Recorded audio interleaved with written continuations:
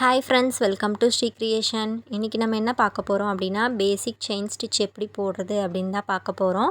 அதுக்கு முன்னாடி நீடில் பற்றி நான் சொல்லிடுறேன். இப்போ நான் காமிக்கிற நீடில் வந்து அயன் நீடில். அயன் நீடிலில் வந்து 2 டைப் இருக்குது. இதுக்கு வந்து எந்த நம்பருமே கிடையாது. பீட்ஸ் நீடில் ஒன்று, த்ரெட் நீடில் ஒன்று, இது 2 தான் இருக்குது அயன் நீடிலில். இப்போ நம்ம அயன் நீடிலில் த்ரெட்டுக்கு யூஸ் பண்ணுறத இப்போ பார்த்துட்ருக்கோம். இதிலே பாருங்கள், ஷார்ப்பாக இருக்கும், ரொம்ப தின்னாக இருக்கும். அது வந்து பீட்ஸுக்கு யூஸ் பண்ணுவோம். இந்த நீடில் வந்து யூஸ் பண்ண வேண்டாம். நீங்கள் என்னோடய ஸ்டூடெண்ட்டாக இருந்தீங்கன்னா நான் டுலிப் நீடில் கொடுத்துருப்பேன். 14 அண்டு 24 நம்பர் கொடுத்துருப்பேன். 14 நம்பர் வந்து த்ரெட்டுக்கு யூஸ் பண்ணுவோம், 24 வந்து பீட்ஸுக்கு யூஸ் பண்ணுவோம். ஜர்தோசி நீடில் வந்து நான் ஜர்தோசி யூஸ் பண்ணும்போது அட்வான்ஸ் லெவலில் எப்படி இருக்கும் அப்படின்னு நான் காமிக்கிறேன். இப்போ நம்ம த்ரெட்டில் போட போகிறனால நம்ம 14 நீடில் தான் நமக்கு இப்போ தேவைப்படும். இப்போ நான் என்ன சொல்லித்தர போகிறேன் அப்படின்னா, செயின் ஸ்டிச் வந்து மிஷின் த்ரெட்டில் எப்படி யூஸ் பண்ணுறது அப்படின்னு தான் நான் இப்போ சொல்லிக் கொடுக்க போகிறேன். அதுக்கு வந்து நம்மளுக்கு என்ன நீடில் தேவை, டுலிப் நீடிலில் வந்து 14 நம்பர் தேவை. ஓகேங்களா? இப்போ செயின் ஸ்டிச் எப்படி போடுறது அப்படின்னு பார்க்கலாம். அதுக்கு வந்து நம்மளுக்கு ஷுயிங் த்ரெட்டு, அதாவது மிஷின் த்ரெட்டு தேவை. ஓகேங்களா? இது வந்து சிங்கிள் த்ரெட்டாக இருக்கனால நம்ம இந்த மிஷின் த்ரெட்டில் வந்து ஈஸியாக போட்டுடலாம்.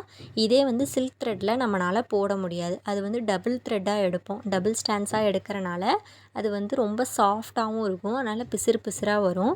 நீங்கள் ஃபஸ்ட்டு இந்த த்ரெட்டில் வந்து ட்ரை பண்ணிவிட்டு எனக்கு சென்ட் பண்ணுங்கள். நீங்கள் என்னோடய ஸ்டூடெண்ட்டாக இருந்தால் குரூப்பில் சென்ட் பண்ணுங்கள். ரொம்ப பொறுமையாகவே இப்போ நான் உங்களுக்கு சொல்லிக் கொடுக்குறேன், நல்லா கவனிங்க. செயின் ஸ்டிச் வந்து வரல அப்படின்னு யாரும் கவலைப்பட வேணாம். 10 நாள் கூட ஆகும். ஒரு சிலருக்கு வந்து 10 நாள் கூட ஆகும். ஒரு சிலர் புரிஞ்சுக்க வந்து 1 வாரம் டைம் எடுக்கும், 2 நாள் டைம் எடுக்கும். ஒரு சிலர் வந்து ஒரு நாளிலே போட்டுருவாங்க. அதனால் ஒன்றும் பயப்பட வேண்டாம். இப்போ இந்த மாதிரி நாட் போட்டுட்டு இந்த 3 விரல் இருக்குது பார்த்தீங்களா, இந்த 3 விரல் தான் நமக்கு தேவைப்படும் இந்த ஸ்டிச் போடுறதுக்கு. இந்த மாதிரி ஒரு லூப் மாதிரி ஃபார்ம் பண்ணிக்கோங்க. இப்போ நாட் போட்டுட்டோம். 3 விரலில் வச்சு ஒரு லூப் மாதிரி ஃபார்ம் பண்ணி அடியில், ஃப்ரேமுக்கு அடியில் கொண்டு போயாச்சு. கொண்டு போயிட்டு இந்த நூலை, அடியில் இருக்க நூலை நம்ம வந்து இப்படி எடுத்துடணும். புரியுதுங்களா உங்களுக்கு? இப்போ என்ன பண்ணணும், நெக்ஸ்ட்டு அந்த நீடில் கீழே குத்தி அடியில் ஒரு சுற்றணும். சுற்றிட்டு மேலே எடுக்கும்போது ஒரு ரொட்டேட் பண்ணணும். மேலே பாருங்கள், குத்திட்டேன், அடியில் இப்போ சுற்றுறேன்.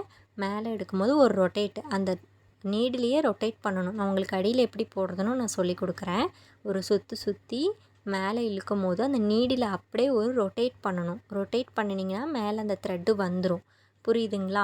இப்போ மறுபடியும் என்ன பண்ண போகிறோம், அந்த நீடில் வந்து கீழே குத்த போகிறோம். குத்திட்டு அடியில் நூலை மாட்டி பாருங்கள், நான் எப்படி வெளியில் எடுக்கும்போது அந்த நீடில் வந்து எப்படி திரும்புது அப்படின்னு பாருங்கள். திரும்பினுச்சுனா தான் உங்களுக்கு அந்த நீடில், அந்த த்ரெட்டு வந்து அடியில் இருக்க த்ரெட்டு வந்து கரெக்டாக கிடைக்கும். அதுக்காக தான் சொல்கிறேன். மேலே குத்திட்டு கீழே குத்தி ஒரு நூலை சுற்றிட்டு மேலே எடுக்கும் போது ரொட்டேட் பண்ணி எடுங்க. ஓகேங்களா? பாருங்கள், இப்போ குத்துறேன், மேலேருந்து சுற்றிட்டு கீழே சுற்றிட்டு இப்போ ரொட்டேட் பண்ணுறேன். அந்த நீடில் ரொட்டேட் பண்ணணும். நீடில் ரொட்டேட் பண்ணி எடுக்கும்போது நமக்கு அந்த கீழே இருக்கிற நூல் வந்து ஈஸியாக கிடச்சிரும். ஓகேங்களா? இப்போ அடியில் குத்தியாச்சு. ஒரு சுற்று நூலை சுற்றிட்டு மேலே வந்து ரொட்டேட் பண்ணணும். நீடில் ரொட்டேட் பண்ணி எடுக்கணும். அப்போ தான் நூல் வந்து வெளியே வரும். குத்தியாச்சு, நூலை சுற்றி நீடில் ரொட்டேட் பண்ணி வெளியே எடுக்கணும். புரியுதுங்களா? இப்போ நீங்கள் இதில் நல்லா கவனிச்சுக்கோங்க. நான் சில்க் த்ரெட் போடும் போது நான் நெக்ஸ்ட் கிளாஸில் உங்களுக்கு அதுவுமே தெளிவாக சொல்லி கொடுக்குறேன். சரிங்களா? இப்போ பாருங்கள், குத்தியாச்சு. மேலே எடுக்கும் போது நீடில் தான் ரொட்டேட் பண்ணணும். நீடில் ரொட்டேட் பண்ணும் போது ஆட்டோமேட்டிக்காக கீழே இருக்கிற நூல் வந்து நமக்கு மேலே வந்துடும். அப்போ அடுத்த ஸ்டிச் போடும் போது ஈஸியாக இருக்கும். புரியுதுங்களா? அதே மாதிரி கீழே ஒரு நூலை பிடிச்சிருப்பீங்க இல்லைங்களா, அந்த நூலை வந்து லூஸ் பண்ணிடக்கூடாது. ஓரளவுக்கு நம்ம டைட்டாக ஸ்டிஃபாக பிடிச்சிருக்கணும். இப்போ பாருங்கள், மறுபடியும் குத்துறோம். குத்திட்டு அடியில் இருக்க நூலை வந்து சுற்றுறோம். சுற்றிட்டு இந்த நீடில் பாருங்கள், மேலே மறுபடியும் நீடில் ரொட்டேட் பண்ணி அந்த நூலை வந்து வெளியே எடுக்கிறோம். சரிங்களா? மறுபடியும் குத்தியாச்சு. இப்போ அந்த நீடில் அப்படியே ரொட்டேட் பண்ணுறோம். ரொட்டேட் பண்ணும்போது நம்ம பக்கம் அந்த நோஸ் மாதிரி இருக்கும் இல்லைங்களா நீடில், அது வந்து நம்ம பக்கம் திரும்பணும். புரியுதுங்களா? குத்தியாச்சு. இப்போ சுற்றிட்டு அதை அப்படியே ரொட்டேட் பண்ணுறோம். ரொட்டேட் பண்ணும்போது அந்த நோஸ் வந்து நம்மளை பார்த்த மாதிரி இருக்கும். புரியல அப்படின்னா எனக்கு வாட்ஸ்அப் குரூப்பில் கேளுங்க. கீழே குத்திட்டு கீழே ரொட்டேட் பண்ணணும். ரொட்டேட் பண்ணிவிட்டு நூலை வந்து அந்த ஊசியில் மாட்டிட்டு மேலே இழுக்கும் போது, நூலை கீழே மாட்டி இழுக்கும் போது மேலே ஒரு சுற்றணும். அந்த நூலை வந்து அந்த ஊசி இருக்குது இல்லைங்களா, அதை வந்து ஒரு திருப்புனிங்கன்னா அந்த கீழே இருக்க நூல் மேலே வந்துடும். புரிஞ்சிருக்கும் அப்படின்னு நினைக்கிறேன். இப்போ கீழே எப்படி பண்ணுறது அப்படின்னு நீங்கள் பாருங்கள். அப்போ உங்களுக்கு ஒரு ஐடியா கிடைக்கும். சரிங்களா? அதுக்கு முன்னாடி நீங்கள் ஸ்டார்டிங்கில் இப்போ தான் ஊசி பிடிக்கிறீங்க அப்படின்னா இந்த மாதிரி கையில் வந்து ஒரு சுற்றி பார்த்துக்கோங்க. கீழே குத்திட்டு ஒரு ரொட்டேட் பண்ணுங்கள். அந்த கை பாருங்கள், நான் எப்படி விரலை ரொட்டேட் பண்ணுறேன்னு. இப்படி ரொட்டேட் பண்ணி வெளியே எடுத்திங்கன்னா ஈஸியாக வரும். ரொட்டேட் பண்ணாமல் அப்படியே குத்தி எடுத்திங்கன்னா வராது. கண்டிப்பாக அந்த நோஸ் போய் அந்த கிளாத்தில் மாட்டிக்கும். பாருங்கள், வராது. வரத்துக்கு வந்து ரொம்ப கஷ்டமாக இருக்கும். நீங்கள் ரொட்டேட் பண்ணி எடுத்திங்கன்னா ஈஸியாக அழகாக வந்துடும். இப்படி பாருங்கள், குத்திட்டு அழகாக இப்படி ரொட்டேட் பண்ணி எடுங்க. உங்களுக்கு அப்படி நூலில் வரல அப்படின்னா நீங்கள் வந்து வெறும் துணியிலேயே வந்து குத்தி பார்த்து ரொட்டேட் பண்ணி எடுத்திங்கன்னா உங்களுக்கு நூலில் போடும்போது இன்னுமே ஈஸியாக இருக்கும். சரிங்களா? இப்போ ஃப்ரேமுக்கு மேலே எப்படி ஸ்டிச் பண்ணுறது அப்படின்னு பார்த்தாச்சு. இப்போ கீழே வந்து எப்படி ஊசியில் வந்து நூலை மாட்டுறது அப்படின்னு பார்க்கலாம். அந்த 3 விரல் சொன்னேன்னா அந்த 3 விரலில் ஒரு லூப் மாதிரி ஃபார்ம் பண்ணியாச்சா. இப்போ கீழே இருக்க நூலை வந்து மேலே இருக்க ஊசியால் அந்த நூலை இழுக்கணும். இழுத்தோம் அப்படின்னா அந்த நாட் போட்டிருக்கனால அது இப்படியே நின்றுக்கும். இப்போ மறுபடியும் ஊசி குத்துறோம். இப்போ பாருங்கள் எப்படி சுற்றுறேன்னு பாருங்கள். ஊசி கீழே குத்துறேன். அந்த ஊசியில் வந்து இந்த நூலை சுற்றிட்டு மேலே இழுக்கிறேன். மேலே இழுக்கும் போது என்ன பண்ணணும்? ரொட்டேட் பண்ணி இழுக்கணும். அந்த நீடில் ரொட்டேட் பண்ணி இழுக்கும் போது மேலே வந்து நூல் சேர்ந்து ஈஸியாக வரும். புரியுதுங்களா உங்களுக்கு? ஒரு சுற்றுறேன். மேலே இழுக்கும் போது ரொட்டேட் பண்ணி இழுக்கிறேன். ஓகேங்களா? மறுபடியும் பாருங்கள். கீழே குத்திட்டு ஒரு சுற்றுறேன். கீழே குத்தி ஒரு சுற்றுறேன். மேலே இழுக்கும் போது ஒரு ரொட்டேட் பண்ணி இழுக்கணும். இப்போ பாருங்கள், கீழே சுற்றிட்டு மேலே ரொட்டேட் பண்ணி இழுக்கிறேன். புரியுதுங்களா? நீங்கள் நல்லா தெளிவாக பார்த்தீங்கன்னா உங்களுக்கு புரியும். இப்போ ஊசி கீழே குத்துறோம், மேலே ரொட்டேட் பண்ணுறோம்.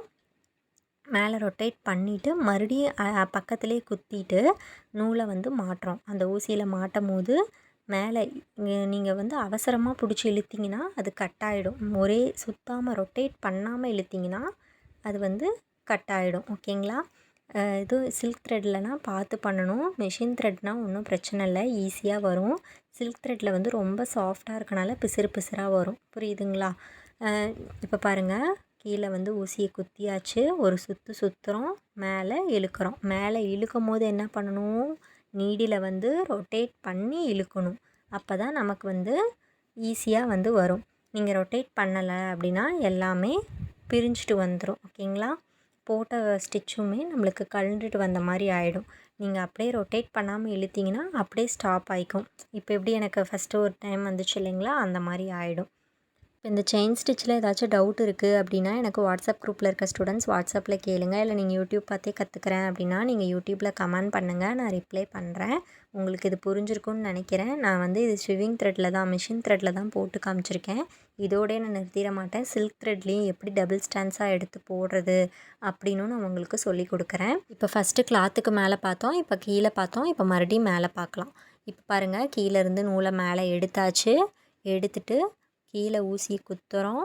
குத்திட்டு ஒரு ரொட்டேட் பண்ணி மேலே எடுக்கிறோம். கீழே மறுபடியும் குத்துறோம். குத்திட்டு அந்த நூலை வந்து ஊசியில் மாட்டிட்டு ஒரு ரொட்டேட் பண்ணி மேலே எடுக்கிறோம். உங்களுக்கு புரியும் அப்படின்னு நினைக்கிறேன். இப்போ பாருங்கள், மறுபடியும் தெளிவாக சொல்கிறேன். நல்லா பொறுமையாக கேளுங்க. நீங்கள் வந்து ரொட்டேட் பண்ணாமல் எடுத்திங்கன்னா இந்த மாதிரி தான் ஸ்டக் ஆகும். ரொட்டேட் பண்ணி எடுத்திங்கன்னா தான் நல்லா ஸ்மூத்தாக வரும். ஓகேங்களா? இப்போ பாருங்கள், நான் ரொட்டேட் பண்ணுறேன். நூல் வந்து கீழே இருக்க நூல் வந்து மேலே வந்திருக்கு. முன்ன ரொட்டேட் பண்ணாதனால அது அப்படியே ஸ்டக் ஆச்சு. இப்போ பாருங்கள், நான் ரொட்டேட் பண்ணி தான் மேலே எடுக்கிறேன். கீழே குத்துறேன், நூலை வந்து மாட்டுறேன். மாட்டிட்டு மேலே பாருங்கள், நீடில் நான் ரொட்டேட் பண்ணுறேன். ரொட்டேட் பண்ணுறனால தான் நமக்கு ஈஸியாக வந்து கீழே இருக்க நூல் வந்து மேலே கிடைக்கிது. சரிங்களா? இப்போ பாருங்கள், மறுபடியும் நீங்கள் ரொட்டேட் பண்ணல அப்படின்னா கண்டிப்பாக ஸ்டக் ஆகும். இந்த மாதிரி தான் ஆகும். சரிங்களா? இப்போ பாருங்கள், நான் ரொட்டேட் பண்ணுறனால ஈஸியாக உள்ளே இருக்க நூல் வந்து அப்படியே வெளியே கிடைக்கும். ஓகேங்களா?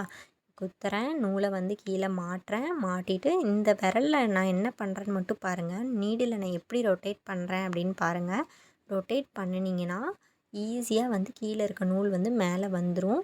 அதே சமயம் கீழே இருக்க ஒரு நூலை பிடிச்சிருக்கீங்க பார்த்தீங்களா, அந்த நூலை வந்து ஸ்டிஃபாக பிடிச்சிக்கோங்க.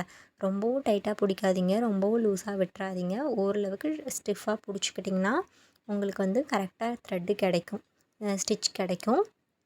அப்படி இல்லை, நீங்கள் நல்லா லூஸாக பிடிக்கல அப்படின்னா ஃபஸ்ட்டு ஸ்டிச்சு நல்லா போடுவீங்க, அடுத்த ஸ்டிச் போடும்போது 2வது ஸ்டிச்சும் சேர்ந்து கலந்துக்கும்.